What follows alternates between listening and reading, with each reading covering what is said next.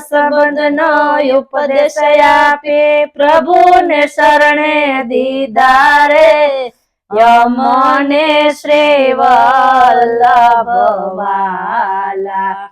નિર્ગુણ બ્રહ્મ સાકાર પ્રભુનો ઉપદેશ અમને દીધો, અનુગ્રહથી સાધ્ય પ્રભુએ એવો માર્ગ સીધો રે, અમને શ્રી વલ્લભ વાલા।